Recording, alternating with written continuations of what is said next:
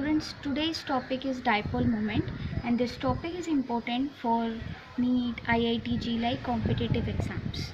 Every year you can observe some question from this topic. Now we are starting the dipole moment. Basically, the dipole moment that tells about the polarity of bond, that is directly related to the polarity of bond. Suppose you are taking the HCl, this is the polar molecule, and here we have the delta positive and delta negative charges. This is its electron pair. So the polarization of this bonded electron pair between these two atoms, hydrogen and chlorine, is expressed. This can be expressed, the polarization can be expressed in terms of this physical quantity known as dipole moment, and it is denoted by the symbol mu, and this can be defined as Q into D.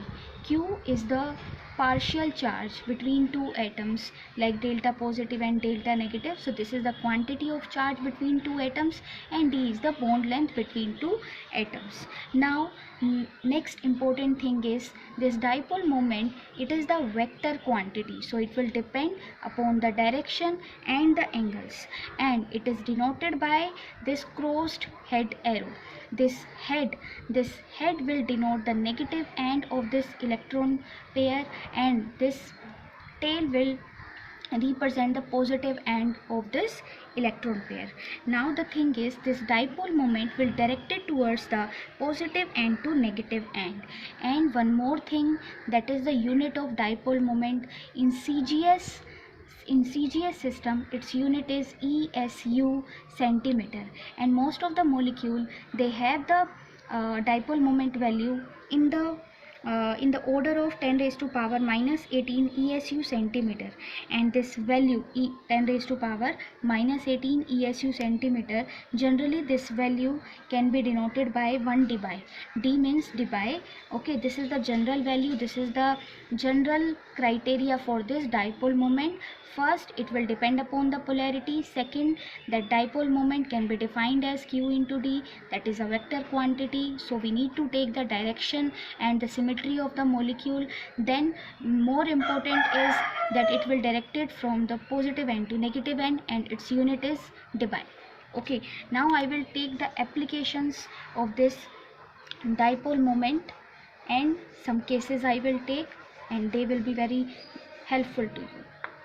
The first is for non-polar molecules. For non-polar molecules.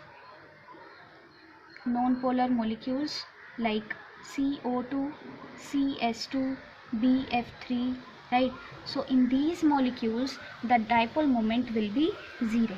So you please note down that non-polar polyatomic molecules, they have dipole moment equal to 0. So now I am taking the case of CO2.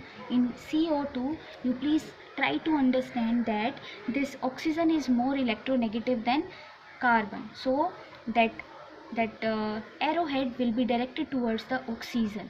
Likewise here also, but they are at the angle of 180 degree. This is the linear structure.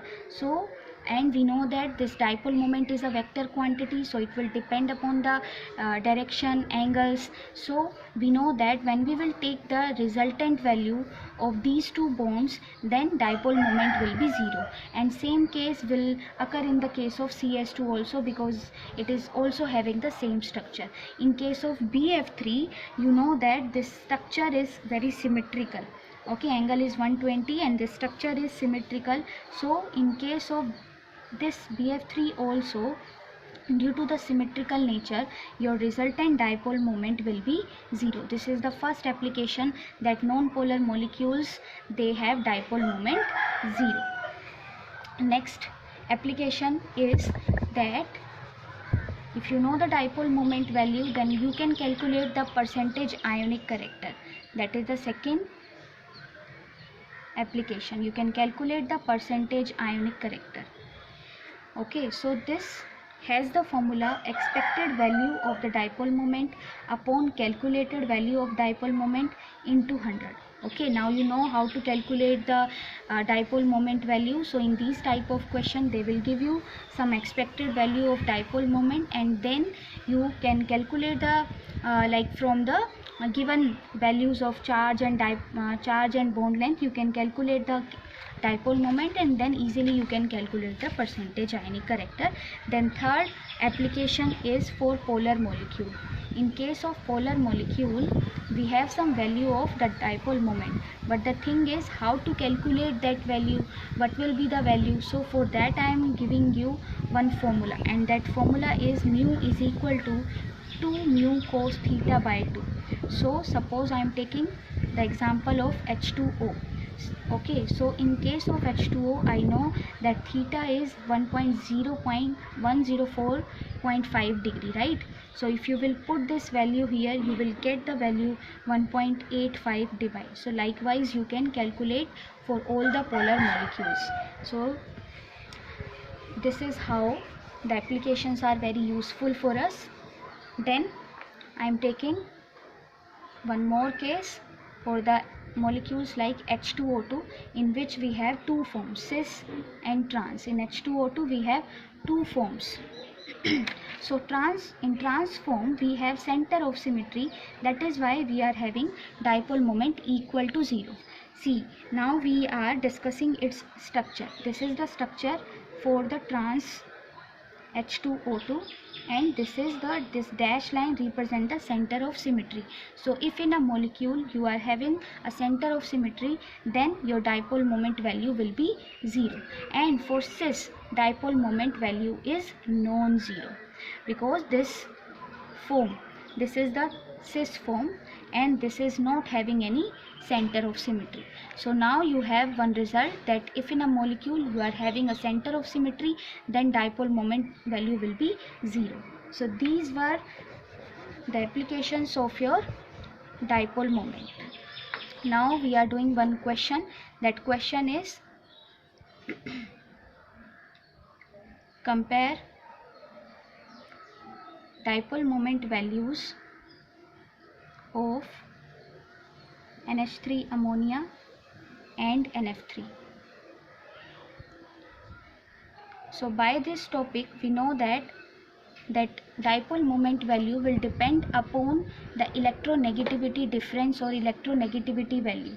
When we see these two molecules NH3 and NF3, at first sight it seems that NF3 will be having more dipole moment value, because fluorine is the most electronegative atom in the periodic table. But the thing is that dipole moment is a vector quantity, so we need to take the resultant value. If they are in the same direction, their dipole moments will be added, and if they are in the opposite direction, then resultant value will be somewhat smaller, and this is the case. Now we are taking for the ammonia. This is the structure of ammonia. Okay, this is the lone pair, and in NF3 also we have one lone pair. Now we need to take the dipole moment direction. So in NH bond we know that nitrogen is more electronegative than hydrogen, so they will be directed towards the nitrogen, right? So all the three bonds will be directed towards the nitrogen. So the resultant dipole moment will be due to 3 NH bonds plus 1 lone pair, because all these are in the upward direction. So the resultant value will be added together, right? Now if you will take the NF3, fluorine is more electronegative than nitrogen, so it will direct it towards the fluorine. So now here also we have 3 NF bond and we have 1 lone pair also, but this lone pair, this is in the opposite direction. So that is why here the dipole moment will be having the value somewhat lower than NH3. So the main fact is about the dipole moment is that it is a vector quantity, and you need to consider the direction also. Okay, so if you like my explanation, then you can like and subscribe my channel, and you can join our Facebook group also, that is by the name Chem Club.